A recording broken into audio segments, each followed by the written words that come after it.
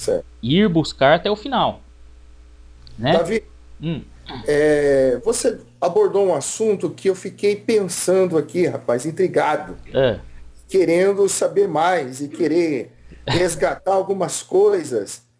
Que tudo isso você falou para mim voltar no tempo. E pelo cálculo rápido aqui, para alguns livros que a gente começou a conhecer, que existe livros, teoria, me fez voltar no ano de 1800, aonde foi as grandes descobertas, isso, 1800, 1900, isso, né? É isso? isso. As melhores e maiores descobertas foi daí, 1700 para cá.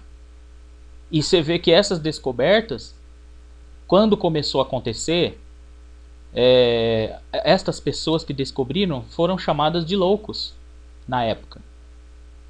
Hoje se sabe que não eram loucos, hoje eles são tidos como sábios, grandes mestres, grandes sábios. Mas porque hoje nós entendemos o que eles estavam falando. Mas na época Certo. em que eles falaram, eram considerados loucos. Aquela foto de Einstein, que mostra ele com a língua para fora, é justamente isso. É uma alegoria de Einstein. Porque Einstein falava coisas que as pessoas não compreendiam, então chamava ele de biruta. E o que é biruta? Biruta é língua para fora. Não tem essa expressão? Então, Sim. quando ele ia, que passava e vinha alguém para tirar foto, o Einstein, não sei o que, ele fazia essa pose, justamente para os cientistas, para dizer para os cientistas aí, ó, eu sou o biruta. Mas isso era uma alegoria, porque lá no final iriam saber que ele. Hoje estão provado muitas coisas de Newton, Isaac Newton, né?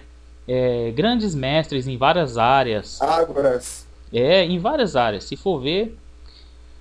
Mas o foco interessante nosso aqui é pensar que quando eles falaram era loucura. E hoje não é loucura. Eu vou fazer uma outra pergunta. E quem pergunta quer saber, né? E eu quero saber. Aquilo que eu já sei, eu já sei. Eu preciso estar aberto àquilo que eu não sei, Certo. para mim aprender. E qual é a diferença em tempos e costumes como você citou, de Einstein para o dia de hoje? Lá era menos poluição na mente, era menos coisas. Qual é a diferença de. Qual é o segredo Certo. para abrir o entendimento para homens como naquela época, se com muito menos recurso, buscar esse conhecimento rico e que vai marcar história na Terra. Uhum. E hoje passaram-se 300, 400 anos e as pessoas sequer têm paciência de ouvir um assunto tão maravilhoso e vasto como esse. Qual Ótimo. a diferença? Ótimo. Muito obrigado pela pergunta. Ótimo. Vou falar duas coisas aí. A primeira coisa é que existe um problema na sociedade. Quando eu falo sociedade, eu estou falando no geral. A humanidade em si, ela tem um problema. Qual é? Primeira coisa, cultura. A cultura é que permite a pessoa a se conectar com coisas novas. Porque dependendo da cultura, você se fecha e se bloqueia. Se você tem uma cultura de que o sol é o Deus, um exemplo, que não existe mais nada além do sol. A última coisa no universo é o sol. Acima dele nada mais tem. E ele é o Deus. Você se auto sabotou, se auto bloqueou aí no sol. Daí para cima, o que falarem para você é bobagem, né? Vamos dizer, fala para essa pessoa. O que falarem para ela acima disso, ela não vai querer ouvir, ela fechou. Isso tem a ver com cultura. Então, o meio pelo qual, aonde as pessoas possam se apegar, aprender, abrir o intelecto, se capacitar, é mediante a sua cultura, o seu meio, aonde ele está. Então a cultura, o governo, por exemplo, tem se preocupado em educação. Ah, educação, sim, a educação ela é importante, mas qual educação? A educação de que 1 mais 1 é 2? Essa todos aprendem. A educação que se precisa é intelectual, moral, religiosa, é toda essa educação. Então é uma educação em nível de cultura. Aí respondendo a pergunta que você fez, naquela época as pessoas, elas eram, é importante, foi muito bom essa pergunta, elas eram menos poluídas. Poluídas em que sentido? Pela massa, por essa massa que está posta aí, televisão, mídia, que está embutido hoje no planeta, faz com que as pessoas baixem o seu nível crítico e fiquem robotizadas, hipnotizadas. Elas ficam, sabe, só é aquilo que ela está vendo. Fora daquilo que ela está vendo, acabou, ninguém fala mais nada. Então elas ficam hipnotizadas. E isso atrapalha ela buscar entendimento. Como naquela época, 200, 300 anos atrás, não tinha tanta hipnose em relação... Quando eu falo hipnose, você está entendendo, né? A TV, por exemplo, é um meio de hipnotizar. Começa o programa lá, a pessoa fica lá fixa, parado durante horas. E está acontecendo as coisas em volta dela e não está percebendo. Quando acaba aquele programa, ela lembra que tinha que fazer tal coisa. Já é tarde, porque ela ficou hipnotizada. E a maioria das pessoas hoje, no nosso planeta, elas estão hipnotizadas, estão como zumbis, estão andando sem caminhar, estão olhando sem ver, estão ouvindo sem escutar, que há uma diferença. Naquela época, como não existia muita coisa para deixar a pessoa meio zumbi, então eles estavam mais perceptivos, estavam mais prontos, mais preparados, vamos dizer assim. Quando chegava uma comunicação, então eles pensavam, peraí, vamos analisar isso direito. Só o fato de perguntar, vamos analisar isso direito, já é senso crítico, já é importante. Então eles estavam mais preparados, essas pessoas. E foi uma época que precisou vir estes seres, e aí nós estamos falando de dimensões, né? E precisou vir estes seres para essa dimensão, para justamente levantar o QI humano, levantar o intelecto, a percepção, o entendimento. Você vê que quem falava antigamente sobre a questão da alma e do espírito? Somente as religiões antigamente. Não se ouvia falar em outras áreas, fora da religião. Hoje já não. Hoje você já ouve falar de transição universal, se ouve falar nessa questão do espírito em várias áreas, não só na religião, mas em muitas áreas. Então por quê? Porque as pessoas foram abrindo seu entendimento, foram compreendendo melhor as coisas, buscando mais e se perguntando a si próprios sobre isto e sobre aquilo, tendo mais análise crítica, sabe? Eu ouço uma coisa e vou analisar com a crítica para ver se aquilo faz sentido ou não. Isso é importante. Entendi. Né? Então eu estava falando a experiência lá do aparelho celular, né? Sim. Olha agora aqui que eu vou falar para talvez espantos de outras pessoas que estejam nos vendo. Se você pergunta para a pessoa do aparelho celular, você fala para ela, me diz uma coisa, esse aparelho aqui faz ligação para quem está lá na França, daqui do Brasil? Ele fala, faz. Ele responde normalmente, sem problema nenhum. Aí você fala assim, mas como faz? Ele fala, simples, liga aqui, camarada atende lá. Agora faz essa pergunta para ele. Como que essa informação da sua voz está chegando lá na França, sem fio? Incrivelmente, você sabe como é que ele responde para você, pastor Antônio? Ele responde assim, não sei.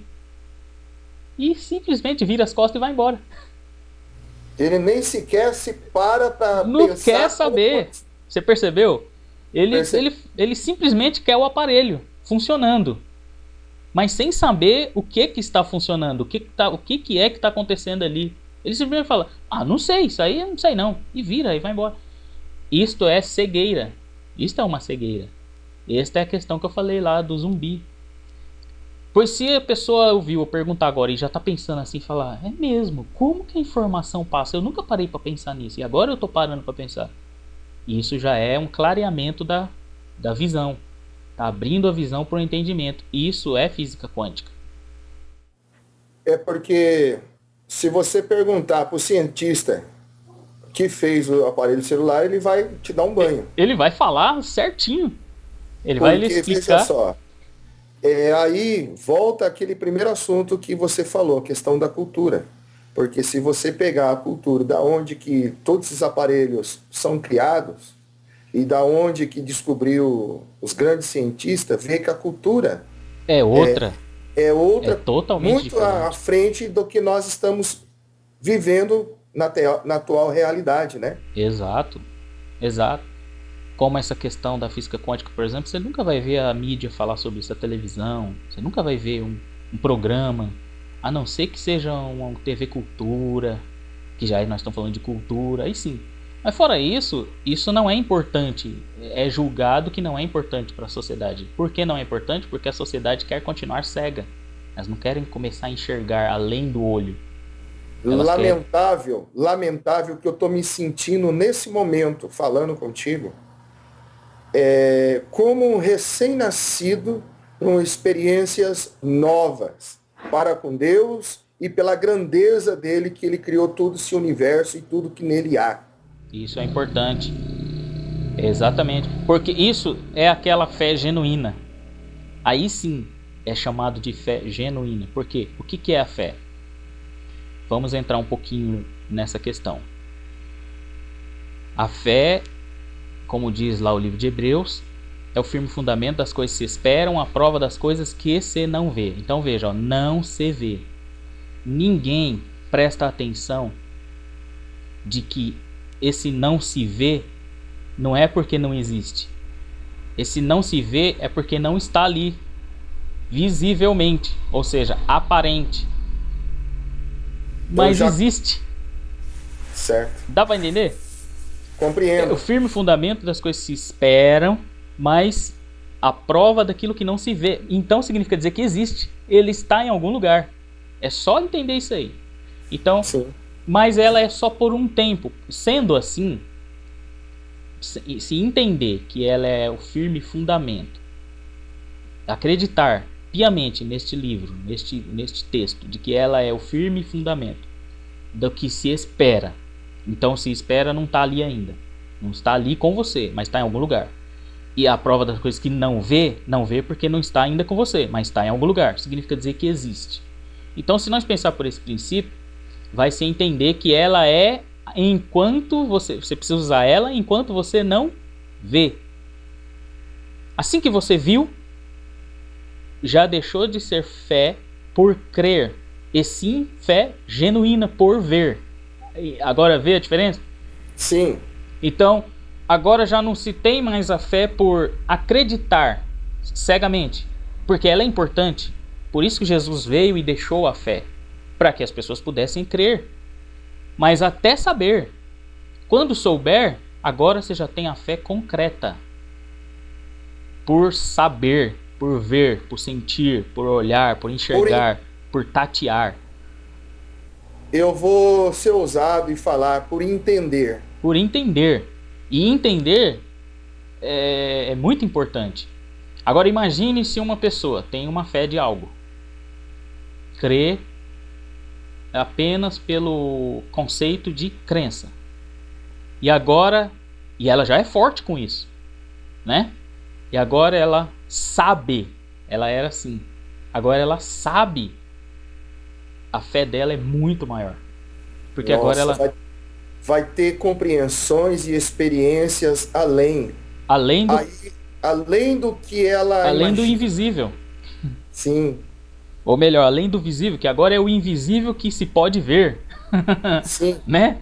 Porque descortinou, né? Descortinou. Então é isto. Então esse assunto que nós estamos falando das dimensões existencial, o pé já vai por aí. Então, primeiro, essa dimensão, ela é só essa? Existem outras? Eu acredito que existem várias. Então. Pelo pouco que eu li e pelo texto para aqueles aí que pode estar às vezes falando, mas esse pastor aí tá misturando. Não, a gente está aqui porque não tem como falar em nada que está envolvido nesse planeta se não falar de Deus, porque tudo é Deus, na minha Exato, compreensão. exato.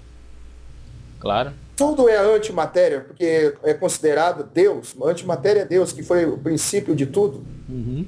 Mas um texto muito conhecido de Jó, quando Deus vai provar Jó. E Jó, em fundamento de fé, como foi falado de Hebreus 11, mas Deus também incita ao inimigo e pergunta: da onde você está vindo, Satanás? Da onde você está vindo? Eu entendo já nesse texto que ele poderia estar em vários lugares. Uhum. E ele fala de rodear a terra. Então, ele teve que se explicar onde que ele estava. De rodear e passear por ela. Então quer Ele dizer, teve que se explicar de onde ele estava. E Deus, onisciente e onipresente, ele sabia. Mas ali Deus quis revelar para nós hoje, através da Bíblia Sagrada, e provar que existem outras dimensões, que existem outras galáxias, que existem outras esferas, que claro. existe uma confederação, como você falou, Uhum. organizado fora da nossa matéria. Claro. É. Bom, e é mesmo, porque se ele expressa de rodear, passear por ela, quer dizer, ele estava em algum lugar e de lá veio para cá para fazer isso, rodear e passear. Então é lógico, é uma outra dimensão. Mas tem várias formas de se falar sobre dimensão. Se fala dimensão pela Bíblia, se fala-se dimensão fora da Bíblia, se fala de dimensão através do próprio sono, porque quando você dorme, você dormiu. O labirinto inverteu, virou. Quando o labirinto inverte, o lóbulo frontal já indica dormir, porque o labirinto virou, certo? O labirinto Certo. virou, o lóbulo frontal já desliga os mecanismos do corpo, porque você não vai mais precisar deste corpo. Este corpo vai descansar. Energia física, partícula. Certo. Vai entrar em stand-by. Vai entrar em stand-by. Quem fica acordado? Essa agora é a pergunta. Ficou todo mundo dormindo? Ou seja, todo o eu, todo o ser dormiu? E como que a pessoa sonha? Aí Olha me aí, faz já lembrar começando. uma outra coisa, hein? Olha aí, já começando. Me permita? Sim. O Senhor diz que ele não dorme nem dormita o guarda de Israel. Então, já aí, ó. Já começa por aí. Então se você pergunta, quem está dormindo então, na verdade? É o corpo. É o corpo. Porque É o corpo. ele que cansou. O espírito não cansou e não cansa. Quem cansou foi o corpo. Todo mundo concorda que quem cansou foi o corpo. Mas na hora de dormir, não concorda que o espírito que é só o corpo que está descansando. É só o corpo, porque só ele cansou. E o seu espírito continua existindo, normal. Sim. Como você existe. Ele não precisa de descanso. Agora, quem atua... Paulo disse, todos os dias quando eu durmo, sou lançado à morte. Quer dizer, o corpo de alguma forma está morto. Exato. Mas o espírito não, está vivo, está ativo. Exato. Ele fica ali, como você disse, em stand-by. E quem faz esta informação de stand-by é o fisiológico, é o sistema físico. É a mente, o lóbulo frontal desliga os seus mecanismos. Para quê? Para na vida sua real do espírito, vamos dizer assim, que você está lá ativo, normal. Para essa atividade não influenciar no seu corpo. Porque se ela influenciar, e se você está sonhando lá que está esmurrando alguém, você vai esmurrar a cama, vai se ferir. Então o lóbulo frontal desliga o seu corpo. Mas você continua em existência. E aí fala, não, mas não é existência, é um sonho. E aí você lembra, quer dizer, você acorda e lembra. Quem está lembrando agora? Olha só onde vai indo. Ó. Você acordou e está lembrando do sonho. Quem está lembrando é o seu corpo? Não. Tem que ser alguma coisa que estava acordado. Com certeza. Então, espírito. O seu eu, seu espírito, sua mente É o eu interno, seu eu interno, verdadeiro. é ele que nós estamos falando. Que aí pode chamar de qualquer coisa, mente, espírito, não importa o valor que se atribui, o nome que se atribui a ele. Mas sim a ação, né? Mas sim a ação. Ele está acordado. Ele está acordado. Agora, eu compreendo também, para aqueles que ainda estejam duvidando, que existe o espírito ativo mesmo enquanto o corpo, a matéria está descansando. Volto para a palavra de Deus.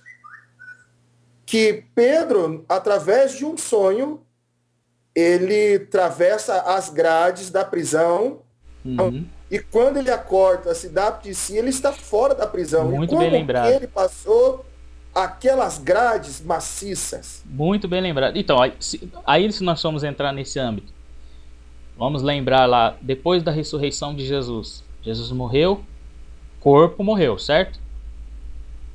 Certo. Matéria. E aí ele ressuscitou. Corpo havia morrido. Aí ele volta e aparece para os discípulos de Emaús. Ele aparece para Maria. Ele aparece para Tomé, lá para os discípulos que estão lá dentro, no local trancado, né? Certo. E ele entra lá e eles até... A passagem ela até dá uma ênfase lá no sentido de que como ele pôde ter entrado se estavam tudo trancado. Tá, aí alguém fala, não, mas aí você está falando de Jesus. É exclusivamente de Jesus. Não vamos chegar nesse ponto. Pera lá. Nós temos ainda uns blocos, mas nós vamos chegar nesse ponto, porque nós vamos falar dessa questão da transição corporal. O que é ela? O que é essa transição do corpo? A ressurreição, né? Okay. Aquele homem que morreu na cruz e Jesus falou, ainda hoje estarás comigo no paraíso. Ok. Ainda hoje, no dia que Jesus morreu. E Jesus não pode ter mentido, dito a ele, espera eu lá hoje, e não ter ido. Então é óbvio que Jesus foi. Jesus não poderia ter falado algo errado, errôneo. Ele era um mestre sábio, com toda a sapiência divina, então não tinha como errar. Então, se ele falou ainda hoje estarás comigo, ele esteve com ele. Só que 3 dias depois ele ressuscita em corpo e volta com o corpo glorificado, a transição universal desse corpo, que é onde nós vamos tratar. E ele fala para Maria, não me toque, porque eu não subi ainda. Então vejamos, não subi ainda, como ele esteve com o ladrão então lá no paraíso, que ele falou, estarás comigo hoje no paraíso. É pergunta que a pessoa já tem que começar a analisar e falar, é mesmo, é uma boa pergunta. Não me toque porque eu não subi e já tinha subido? Então o ladrão ficou esperando ele lá, que ele falou que estaria hoje, e já faz 3 dias. Eu já tive uma compreensão, mas vamos deixar isso para um outro bloco, né? Eu já tive uma compreensão. Então, mas vai entrar toda essa questão, vai entrar a questão dos corpos, dos mortos que ressuscitaram com Cristo. Lembra daquela passagem? Lembro. Jesus morreu e ao ser morto, entregue na cruz o seu corpo, muitos corpos do que dormiam foram ressuscitados. Sim. Então, quais corpos eram esses? Saíram tudo andando, zumbizão, e morreu de novo? Quer dizer, toda essa questão. Vai entrar o Monte da Transfiguração. Sim. Jesus encontrando com Moisés e Elias. Como foi essa comunicação? Então, olha onde vai. Aquele que batiza, e eu esqueci o nome dele agora, mas ele sai 60 quilômetros depois, ele acaba de batizar, e ele é transladado, o corpo dele, que até hoje a ciência não explica isso. 60 quilômetros ele aparece pregando em outro lugar. Tá. Tudo bem. São assuntos intrigantes que eu tenho essa curiosidade de saber a profundo, porque tudo isso envolve física quântica, o princípio da nossa conversa. E agora, também gostaria de saber, em cima disso, se vê um momento da gente entrar na esfera das dimensões.